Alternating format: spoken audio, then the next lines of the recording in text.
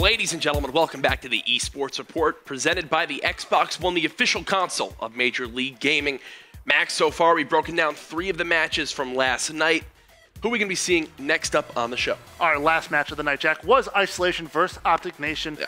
ISO having roster issues. We talked about it last week. You know, who was really going to be filling in for Parasite after they let him go. Yeah. That experiment failed very quickly. Miserably. Quickly.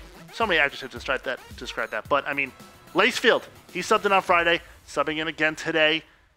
Absolutely dominating this series, Jack. Yeah, really, for all the stuff that's been going on with this Isolation lineup, they haven't been doing too poorly. They're kind of hanging in there. Right. If they can just keep holding on until they get a little bit more comfortable, get some more teamwork in, expect this team to really make a run for those playoff spots. Game number 1 up against Optic Nation last night was a compound hardpoint. ISO was able to take that one 212 to 181. There was really one player who impressed in that one, Max. Who was it? That was Lacefield, like we said. 42 and 29, dropping a huge 40 bomb on Optic Nation there with 8 caps and 3 defends. Very nice stat line in your first, I wouldn't say major game, but huge matchup against Optic Nation. Yeah, some crucial kills with the submachine guns for that squad last night made the difference in that compound hardpoint. We've seen it time and time again. If your AR can hold the anchor spots, which Aches is one of the best at so far on that map, your team will do very well in getting the spawns, but then the even more crucial part is getting those entry kills for the hills. ISO doing a better job taking that game by just about 30 seconds. They then moved into a Skyrise search and destroy, and man, this one was one-sided. Yeah, honestly, one of the best performances we've seen of a team on Skyrise S&D. They take that 6-0, flawlessing Optic Nation. Lacefield and Silly, they combined for 15 and 4. Lacefield had a plant as well, and they drew first blood in all 6 rounds. So when you do that, no problem. You take that map easy. That's a major stat line because that means Isolation's communication is fantastic. They're playing the trades very well, whether they're getting first blood and then backing off and ensuring that the number advantage stays in their favor, or they're getting the first blood trading but then trading back. So right. they just keep the number advantage at all times. ISO showing that they can play search and destroy very well. On the other side of things, team I wanted to point out, TCM, which we talked about the other day. When they play S&D, when you play a round, you have a 50% chance of winning. You either win or you lose.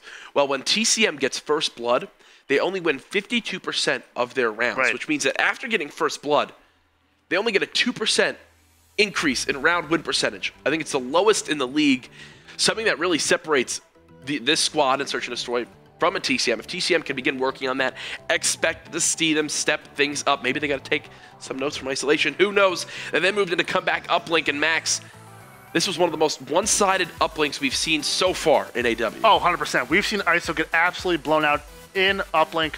20-0 comes to mind against Optic Gaming at UMG Dallas. And this one, Optic Nation, OG sister team, just taking it to ISO as well. ISO is just a progressively bad uplink team. No other way to put it. Take a look at the first half. Mochilla scores. He goes 10-0, and they put up 10-0 points in a minute and 40 first side, Jack. Absolutely nuts out of Optic Nation. Really one of the quickest sides of uplink I've seen so far in all of Advanced Warfare. The game ends shortly after in side number 2 with a score of 12-2. Mochilla finishes 14-4 with 4 uplinks. Ricky 13-4 himself with 4 on the board. Havoc 3-11. It's Isolation's worst game mode now at 2-5 in Season 3. Max, when you look at their gameplay, what really goes wrong for them? Is it just the slaying department or really not knowing exactly when or where to push out as a team? I feel like it's just this team playing with a sub as well, even adding to their woes so far. Yeah. Parasite was a huge addition for them in uplink for that one series he played because he's a very talented uplink player, without a doubt. But, I mean, like you see right there, they got blown out 10-0 on the first side. They really don't have any chance to come back in that second half. Yeah. Like you said, Havoc finishes 3-11. So I think once the team gels a little bit more, we've seen, they're a very good hardpoint team. We've seen them dominate, and then we've seen them do very well in S&D like we saw in this series, but O1 just got the better of them here, Jack. Yeah, we were talking about it before, prior to the show, that Optic Nation so far, they've had an interesting Season 3. We did our power rankings. They were in 4th place in the leaderboards or standings when we did the power rankings, but we placed them in 8th. Right. And I think we were completely right with that because, honestly, they had some wins against weaker teams, and it's really been the Mochilla show so far. One of the strongest S&D players in all of Season 3. I believe he still has the highest S&D KD in the slaying department, he's really the player that keeps the game in their favor. Retreat is a map that comes to mind when he just steps up for his team. Unfortunately, last night, they wound up getting shut down on the map. That was game number 4, a must-win for Optic Nation to stay alive in the series. Isolation went huge, winning that one 250 to 129. We have a quick gameplay here from the final moments.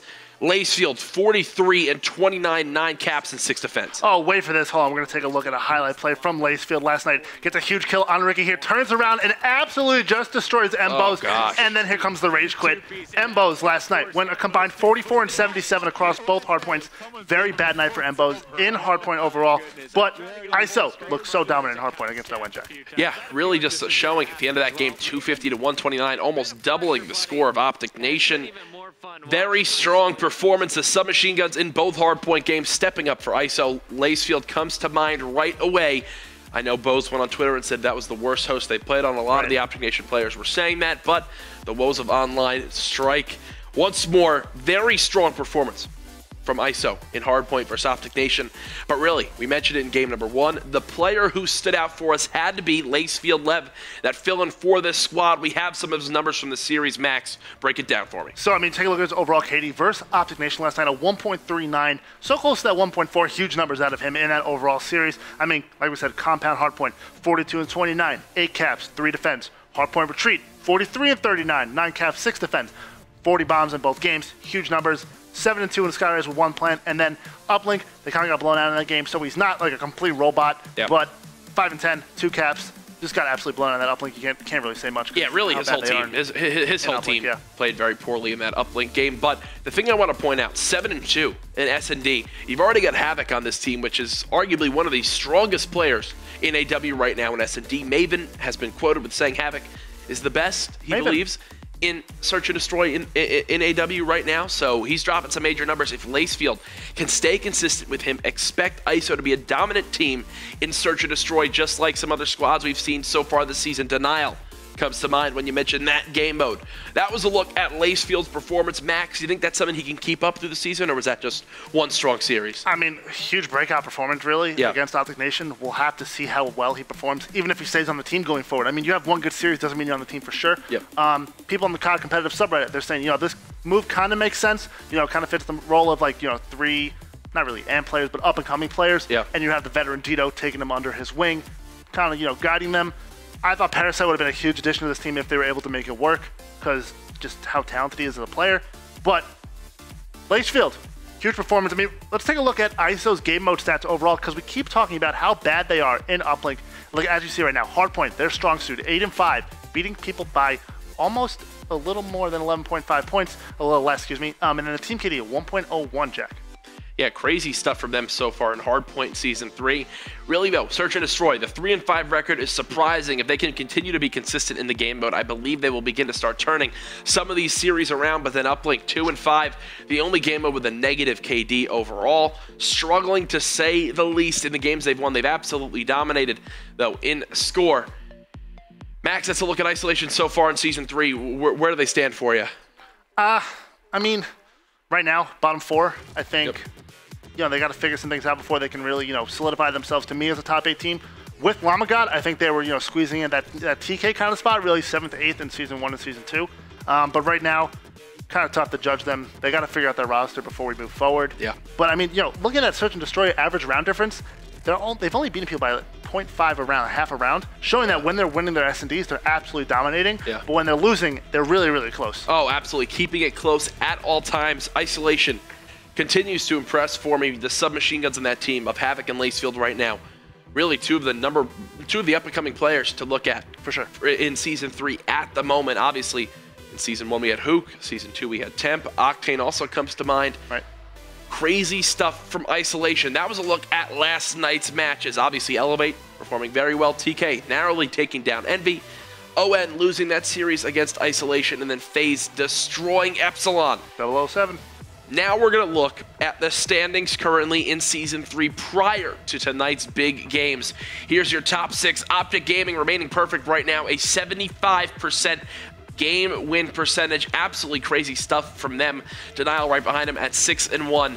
Envy at 4 and 4. Really the surprise team for me. Expect to see them continue moving up in the ranks. Yep, and then closing out your top 6 here. Optic Nation, Team Envy, and Elevate. Elevate getting to that top 6 after getting that big win against Orbit. They were sitting at 2 and 3 on the cusp of like 7th, 8th, but you showed how close it is really getting to that first page. Going into 7 through 12 though, Jack. TK still fighting on really for a top 8 spot. And then Isolation, really just bordering on that bottom 4 right there with TCM Gaming. Really, Max, looking at these teams in the bottom, well, 6 squads, who's surprising for you? Who did you expect to perform a little bit better? I mean, outside of Epsilon. Okay, I was going to say Epsilon. I mean, the most shocking thing, honestly, to me, I think, is maybe TCM. I think I would kind of see them in that top 6. I mean, it's tough right now to really compare them to, like, Elevate, who is 6th. Yeah. I think when you take a look at your top 8, what we're going to see at the end of the season, I feel like it's going to end up being, like, you know, TCM and TK on the second half of the page, finishing 7th and 8th somehow. Yeah. But, like, Orbit, making roster changes, like, minutes before matches. I don't know what that team is going to be towards the end of Season 3. Rise Nation also in a deep hole. They've won less maps than Epsilon, but they are in 11th place, which is still mind-blowing. And then Epsilon, the biggest shocker of all of AW Pro League, in my opinion. Yeah. Sitting at 007 there, Jack. Realistically, if you asked me at the beginning of Season 3 what squads would be in the top 8 finishing in the playoffs, I would tell you the entire top 6 we saw. And then, as you mentioned, TK and TCM. Yep. They basically filled 7 of those 8 spots in what we predicted. Isolation doing all they can to hang on, but there's still so much action. Max, which is one team for you that really needs to make an improvement outside of Epsilon to begin their playoff move right now? I mean, in terms of improvement, I think TCM are there. Yeah. They just need to get a little more consistent. We've seen, great play out of Moosinger so far, teaming up with arguably the greatest duo in Call of Duty history in Ace and TP. TK, Game 5 wins, 4-4. In that Game 5. Yeah. I'd like to see them kind of close out a series a little bit before Game 5. I think it's important to get like a sweep in there, over a team other than like maybe like Rise or Epsilon. But, they went to Game 5 against Rise, and Rise were playing 3v4 for 2 games of the series. Yeah. So, TK, TCM, 2 teams I think will qualify, but need to get a little more consistent. For me, team changes have now gone down. Rise is a team that needs to start off going hot right now. Burns now on that squad. Apathy as well. I expect to see them step things up in the coming weeks. 1 and 5 is not where that team needs to be right now. Also on a 5-game losing streak. They'll be playing tonight up against Orbit. You won't want to miss that. After this quick commercial break, we're going to take a look at the schedule and tonight's matches. Stay tuned.